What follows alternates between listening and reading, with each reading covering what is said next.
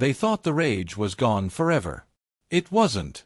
It just learned to hide inside the bones. The year was 2033. 28 years had passed since the rage virus first broke out and turned people into monsters that ran and bit and never stopped. Most of the old world was gone. Cities were empty shells. Roads were broken. But in the north of England, a small place called Haven still stood. Haven had high walls made from old cars, concrete blocks, and thick wire. Inside, about 400 people lived. They grew potatoes and carrots in long fields. They kept chickens and a few cows. Water came from a clean river that ran behind the walls. Life was slow and quiet. No one ran. No one screamed. That was the rule. John was 25 years old. He had never seen a city full of lights or a shop with full shelves. He was born after the virus. His father died when John was small, killed by a wild dog. His mother, Sarah, worked in the kitchen. She made bread every morning and told John the same stories every night. "The rage is dead," she always said. "We are safe now." John worked in the fields. Every day was the same. He woke at 6 when the bell rang. He ate porridge with a little milk. He picked up his shovel and walked to the big field. The ground was soft after rain. He dug rows for new seeds. The sun felt warm on his back. Birds sang. Sometimes he found old things in the dirt, a broken phone, a rusted coin, a piece of plastic toy. He kept them in a box under his bed. One morning in January, the air was cold and gray. John dug near the far end of the field, close to the wall. His shovel hit something hard. He thought it was a rock. He dug around it. It was not a rock. It was a bone. Long, white, clean. Too clean. John picked it up. It felt heavy in his hand. The bone was human. He knew the shape from school lessons. He looked at it for a long time. No marks from animals. No dirt in the cracks. It looked new, even though it was old. He put the bone in his pocket. He did not tell the guard who walked past. He kept digging. The work felt heavier now. His arms were tired. At lunch he sat on a log and ate bread and cheese. The other workers talked about the weather and the new baby born last week. No one looked worried. John touched the bone in his pocket. It was still cold. In the evening he went home. The house was small, 2 rooms made from an old shop. His mother was stirring soup. She looked thin and tired. Her eyes were always moving, watching the door. "What did you find today?" she asked, like she did every night. "Nothing," John said. He did not show her the bone. They ate soup in silence. The fire in the small stove crackled. Outside, the wind made the walls creak. Sarah spoke again. "The elders say we must stay inside the walls. No one goes to the old city. The rage is gone, but the land still remembers." John nodded. He went to his bed after the meal. He took the bone out and looked at it under the lamp. It had small lines on it, like writing, but he could not read them. He hid it under his pillow. That night he dreamed. He saw a big building made of bones. Tall walls, towers, even a door. People walked inside, but their eyes were red and empty. They did not run. They moved slow, like they were waiting. John tried to run, but his legs would not move. The building called his name in a voice like dry leaves. He woke up sweating. The room was dark. His mother was asleep in the next bed. Everything was quiet. Too quiet. He touched the bone again. It felt warmer now, like it had taken heat from his body. Outside, far beyond the walls, past the empty fields and the broken motorways, something moved in the dark. It was not loud. It did not scream. It was just a shape in the ruins of Manchester, 20 miles away. The shape walked into an old church that had no roof. The floor was covered in bones. Human bones. Thousands of them. They were stacked like bricks, forming walls and pillars. The Bone Temple. No one in Haven knew the temple existed. Not yet. John closed his eyes and tried to sleep. The bone under his pillow felt like it was listening. The next morning the sky was heavy with clouds. John woke up feeling heavy in his chest. The bone was still under his pillow. It felt warmer than yesterday. He put it in his pocket again and went to work without eating much. His mother asked if he was sick. He said no. In the field the work was the same. Dig, lift, turn the soil. The other men talked in low voices about small things. One man said his wife had a bad dream. Another said the chickens were not laying eggs well. John kept quiet. He dug in the same spot as before. He hoped to find nothing. But his shovel hit something again. This time it was smaller. Another bone. Shorter, like from an arm. It was clean too. No dirt. No bite marks. John looked around. No one was watching. He picked it up and put it with the first bone in his pocket. His hands shook a little. He felt silly. Bones in the ground were normal. Old graves, old fights, old deaths from the first days of the virus. But these felt different. They felt placed there. At lunch he sat with his friend Mark. Mark was the same age as John. Tall, quiet, good with tools. They had grown up together fixing fences and carrying water. Mark ate his bread slowly. "I found bones," John said in a low voice. "2 of them. Human. Very clean." Mark stopped chewing. "In the field?" "Yes." "Near the wall?" Mark looked at the wall. "Maybe from the old times. Before the walls." John took out the bones and showed them under the table. Mark touched one. His face changed. "These are not old. Look at the ends. No yellow color. No cracks from weather. They look new." John put them away fast. "What should I do?" "Tell the guards." Mark said. "No. They will say I am making trouble. Or they will take the bones and I will never know." Mark thought for a long time. "Then we keep quiet. But tonight, after dark, we meet at the old shed near the river gate. Bring the bones." John nodded. The rest of the day felt longer. His back hurt more than usual. The clouds stayed low. No rain came, but the air felt thick. In the evening John ate soup again with his mother. She looked more tired. Her hands shook when she held the spoon. "John," she said quietly, "people are talking." 2 men did not come back from checking the traps yesterday. They went toward the old road to Manchester. They should have returned before dark. John felt cold. Maybe they stayed out. Sometimes they do. His mother shook her head. "Not these 2. They are careful. They have families." John said nothing. He thought about the bones in his pocket. After the meal he waited until his mother slept. Then he slipped out. The streets of Haven were empty.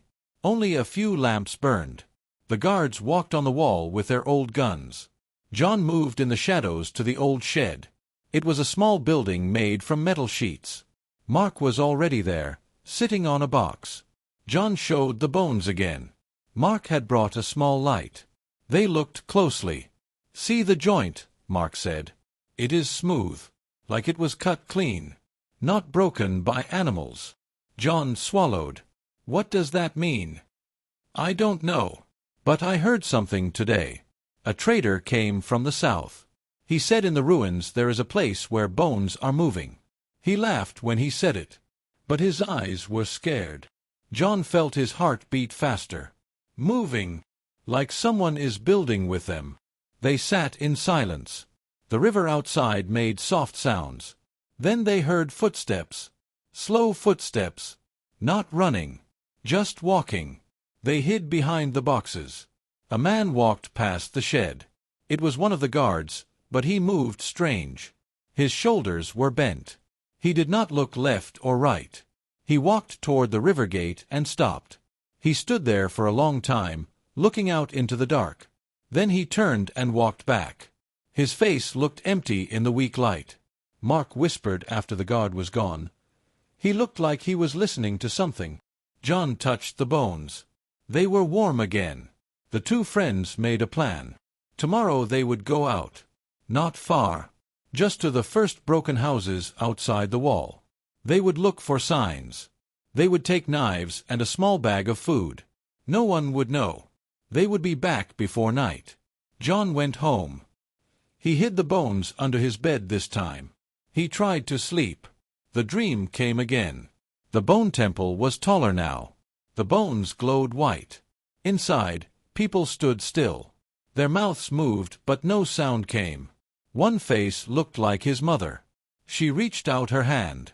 John woke up. His room was cold. Outside, the wind had stopped. Everything was too still. Far away, in the ruins of Manchester, more bones were being added to the temple.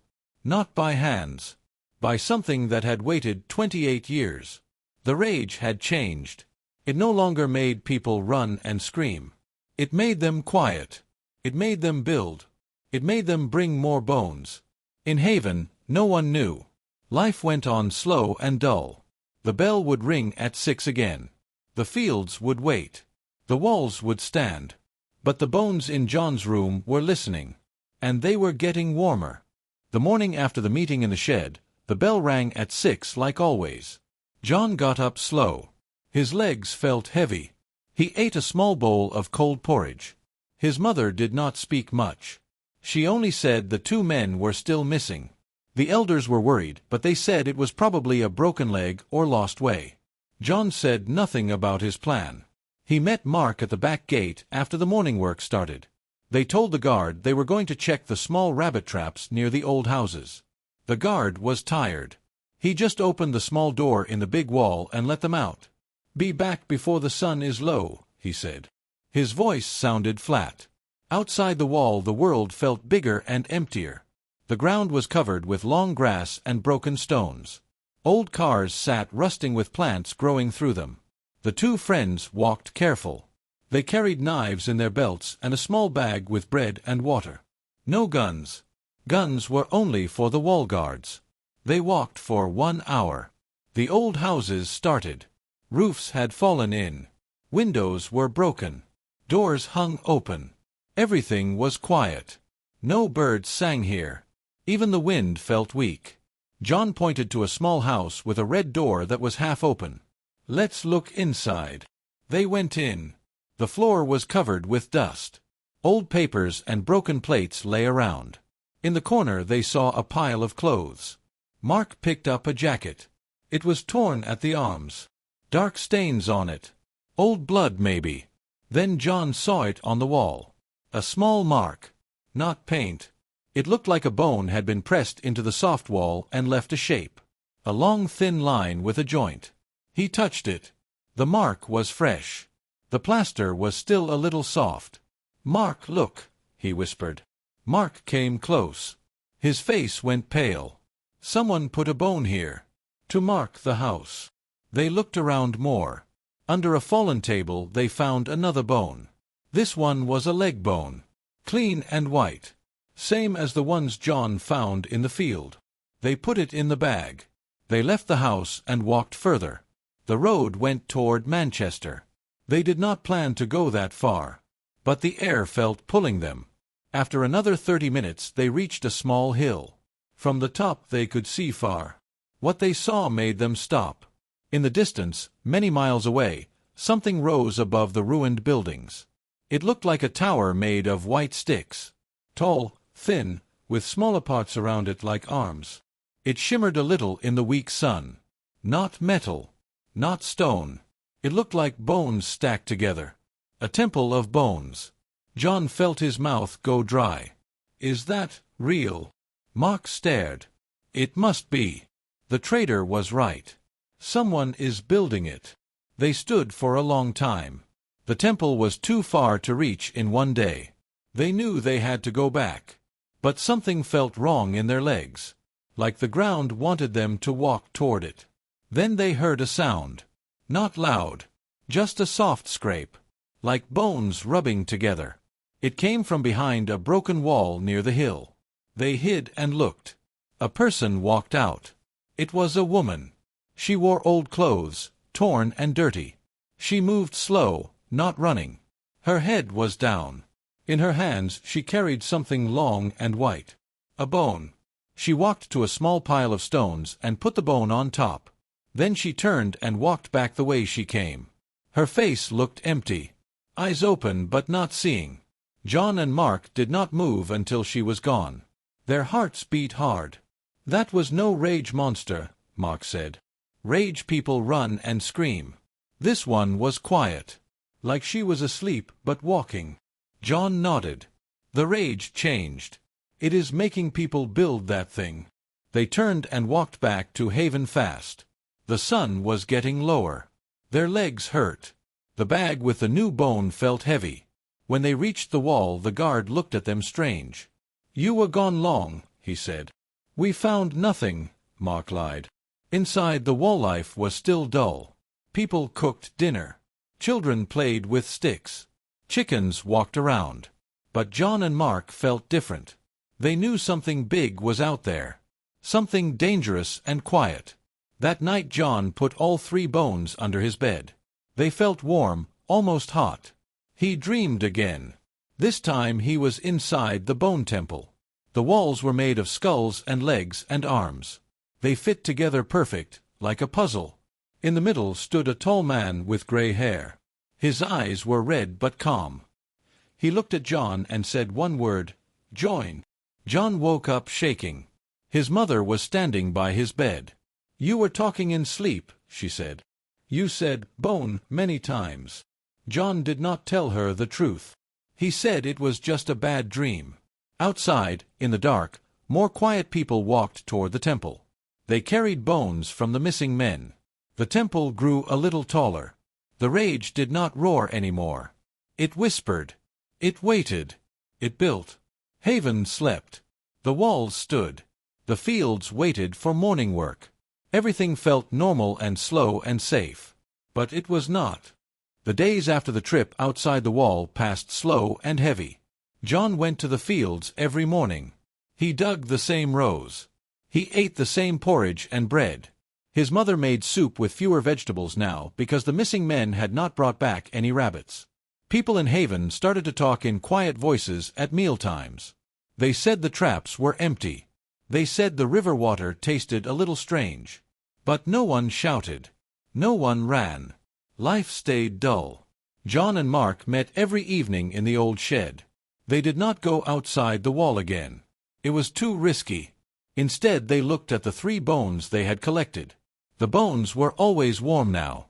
Sometimes they left them on the ground, and the next day they had moved a few inches, as if they wanted to point toward the far temple.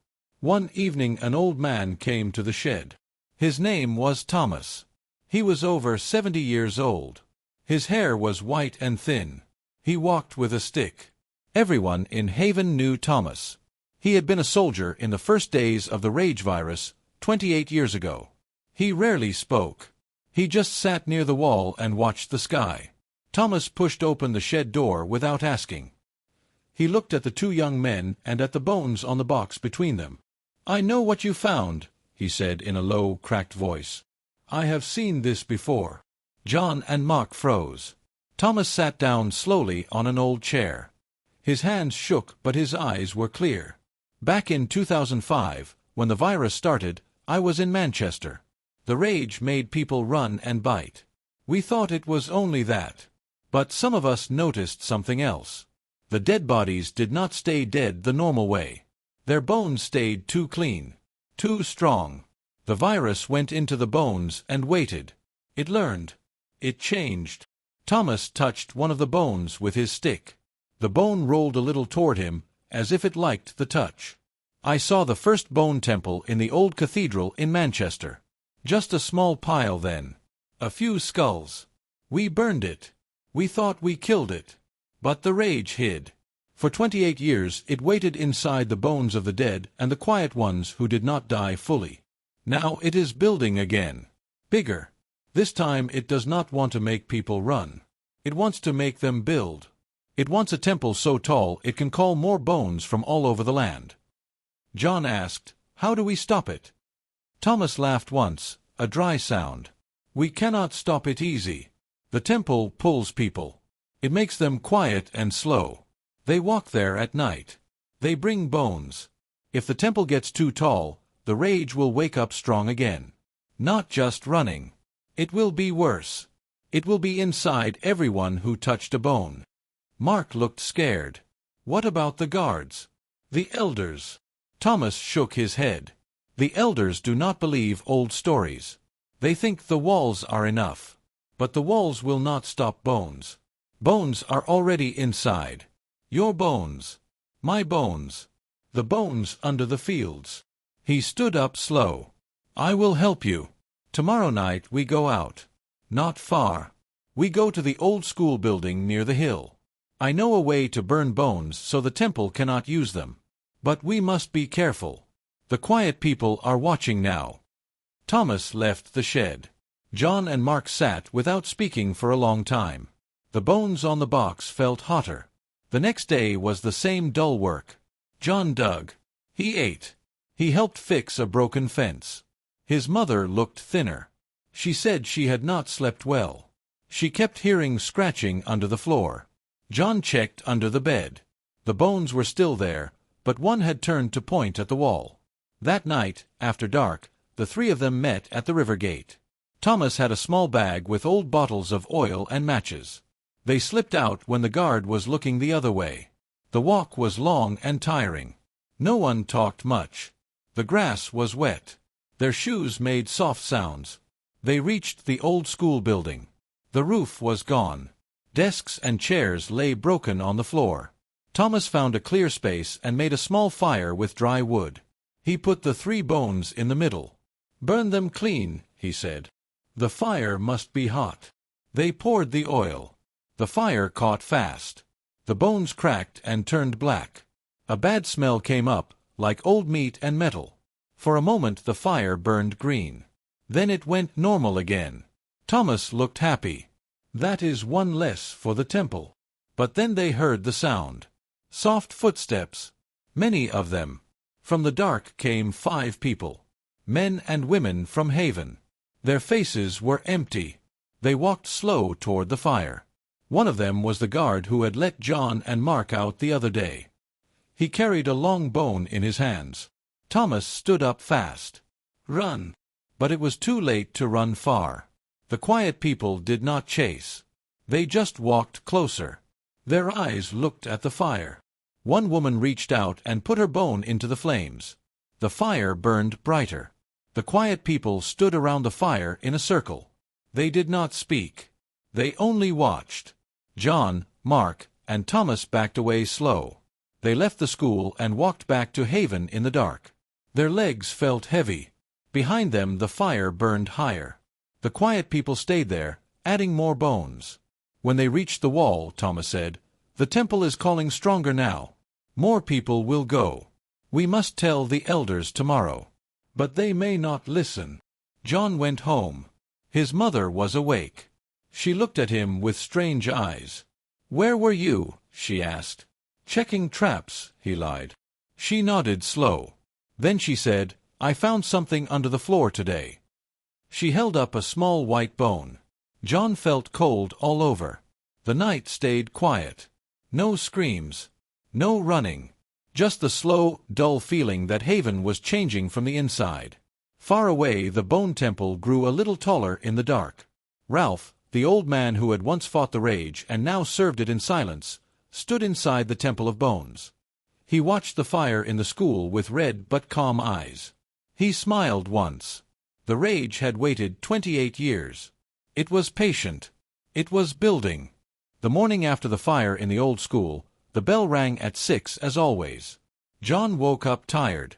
His arms and legs felt heavy, like he had carried stones all night. He ate his porridge slow. His mother sat across from him. She looked thinner. Her eyes moved slow. She held the small bone she had found under the floor. She turned it in her hands again and again.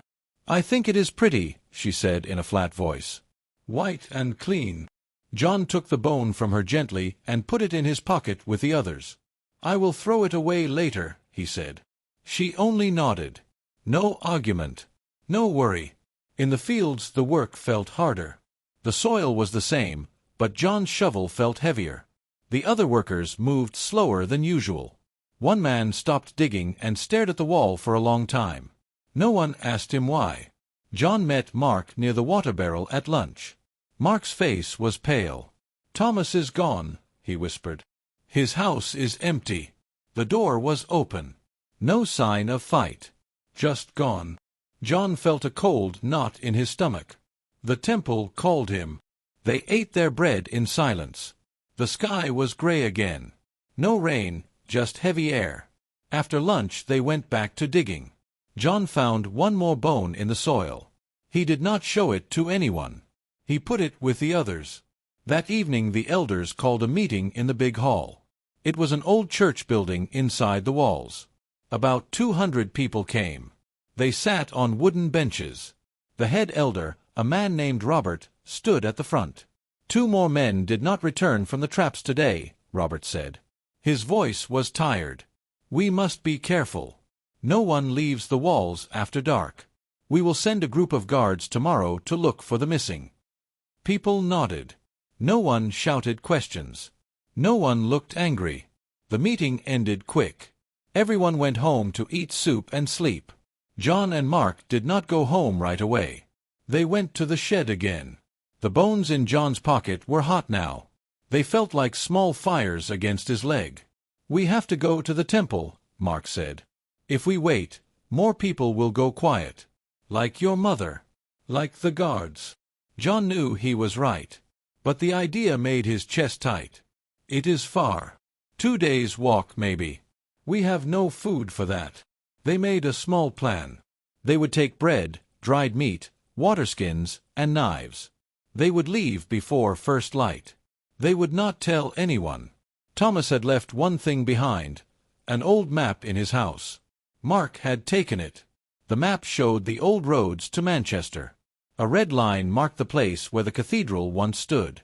That was where the bone temple was growing. They slept a few hours. John dreamed again. This time he stood inside the temple. The walls were taller. Bones fit so tight there were no gaps. In the center stood Thomas. His eyes were red but calm. He held out a bone to John. "It is time," Thomas said. John woke up sweating. It was still dark. He took the bones from under his bed. There were 5 now. They all pointed the same way, toward the wall and the far city. He met Mark at the river gate. The guard on duty was one of the quiet ones. He opened the gate without asking questions. His face looked empty.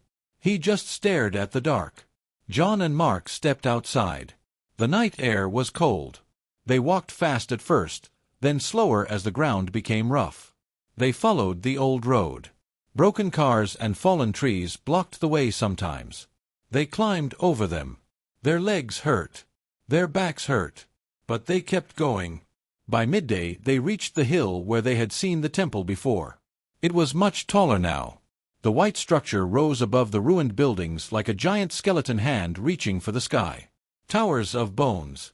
Arches made from spines. A main door framed by 2 long leg bones. They hid in the long grass and watched. Quiet people moved around the base of the temple. They carried bones from all directions. Some bones were fresh. Some were old. They stacked them carefully, like builders. No one ran. No one spoke. They worked slow and steady. Among them John saw Thomas. The old man moved with the others. His white hair was dirty. He lifted a heavy skull and placed it on a new wall. His eyes were red. Mark whispered, "We cannot fight all of them." John nodded. "We burn it." Like Thomas said. "We get close, pour oil, light it." They waited until the sun started to go down.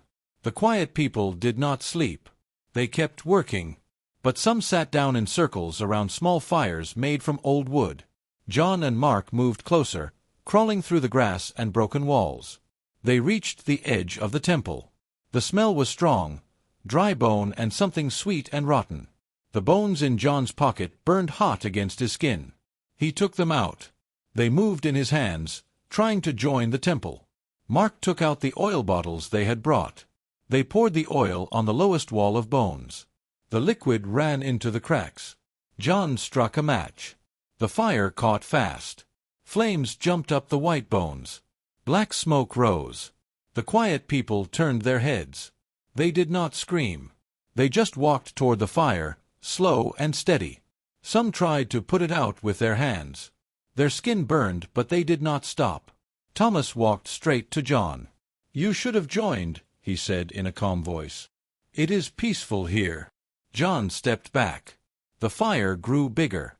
Bones cracked and fell. The tall tower shook a little. But then something changed. The fire started to turn green. The bones did not burn away. They glowed. The quiet people stood still and watched. Their red eyes reflected the green light.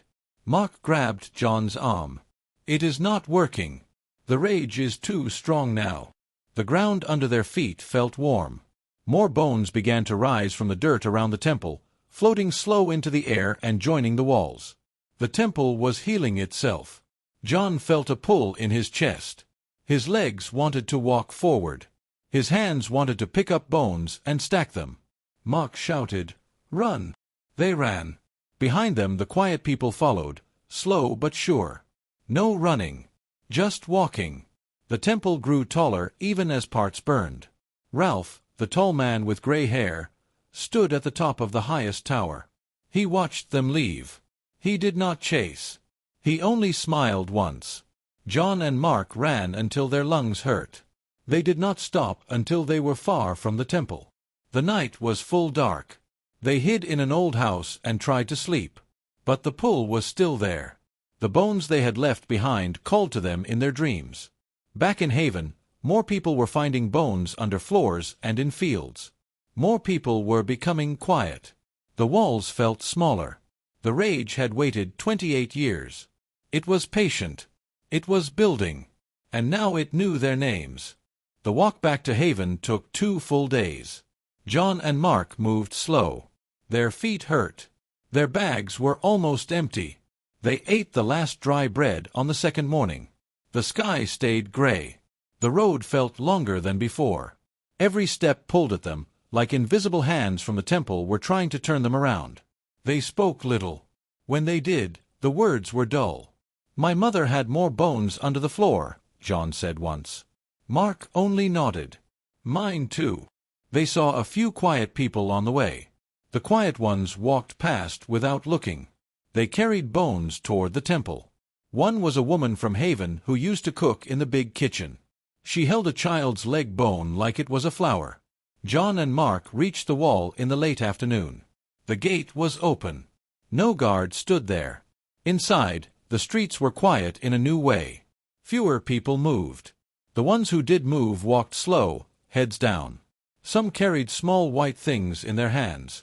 John went straight to his house. His mother sat at the table. She had a pile of bones in front of her. She was arranging them into a small tower. "Mother," John said. She looked up. Her eyes were red at the edges but calm. "It is peaceful, John. You should help." John felt the pull again. Stronger inside the walls. He took the bones from the table and threw them into the fire in the stove. They crackled but did not burn clean. The fire turned green for a moment. His mother watched without anger. "You will join soon." Mark came to the door. "The elders are all quiet now. The whole place is changing." They decided to do one last thing. They went to the big storehouse where the oil and old fuel were kept. They took every bottle they could carry. They also took rags and matches. Their plan was simple and dull: burn the temple from the inside if they could reach it again, or burn Haven if it became too full of quiet people. But as they walked back through the streets, more people came out of their houses. They formed a loose line behind John and Mark. Not chasing, just following. Their steps made a soft scraping sound on the ground. Thomas was at the front of the line. His red eyes looked almost kind. "Come with us," he said. "The temple needs strong hands." John and Mark started to run. The quiet people did not run after them. They only walked faster. The gate was still open. John and Mark ran through it and into the empty land. They ran until night came. Then they hid in the same old house as before. They could not sleep. The pull was everywhere now. In their legs. In their chests. Even in their thoughts. In the middle of the night, John woke up. Mark was gone. John found him outside, walking slow toward the temple. John pulled him back. "I was dreaming," Mark said. "It felt nice." They tied their legs together with rope so they would not walk away in sleep. They waited for morning. The next day they walked again toward the bone temple. This time they did not hide. They carried the oil openly. The quiet people let them pass. Some even stepped aside. It was as if the temple wanted them to come. The temple was much taller now. It had a full roof made of flat shoulder bones. Towers rose on 4 sides. The main door was wide. Inside, the floor was made of skulls fitted together. In the center stood Ralph. He was tall, with gray hair and a long coat. His eyes were deep red, but his face was calm, almost gentle. He looked like a priest in an old church. "You came back," Ralph said. His voice was quiet and clear. 28 years I waited. The rage learned. Running and biting was loud. It brought soldiers and fire. This way is better. Quiet. Slow. We build. We grow. Soon the temple will call every bone in the land. Then the rage will wake in everyone at once. Not to run. To build more temples. All over the world. John looked at the walls. Thousands of bones. Some still had bits of old clothes. Some were small, from children. Mark opened the first bottle of oil. He poured it on the floor. John struck a match. The fire started. Green flames rose again. But this time the temple did not fight. It let the fire burn. The bones glowed. The heat felt good, like a warm bath. Ralph smiled. Fire only makes us stronger now. The rage lives in the heat too. More quiet people came in. They stood in rows and watched the fire. Thomas was there. John's mother was there too. She had followed them all the way. She stood next to Thomas and held a new bone. John felt the pull turn into a soft voice in his head. It said, "Rest, build, join, peace." It felt nice. His arms wanted to pick up bones. His legs wanted to stay. Mark started to cry slow tears. "I am tired of being scared," he said. John looked at his friend. Then at his mother. Then at the tall white walls. The fire burned higher, but the temple grew taller at the same time. New bones floated in from outside and clicked into place. John dropped the last bottle of oil. He did not light it. "I am tired too," he said. He walked to the center and stood with the others. Mark followed. They picked up bones and started stacking them on a new wall. The work was slow and steady. Their eyes turned red at the edges. The pain in their legs went away. The worry in their chests went away. Outside, the sun rose dull and gray. In Haven, the last normal people found bones under their beds. They started walking toward the temple. The rage had waited 28 years. It no longer needed to scream. It only needed to build. And the bone temple grew taller, one quiet bone at a time. The end.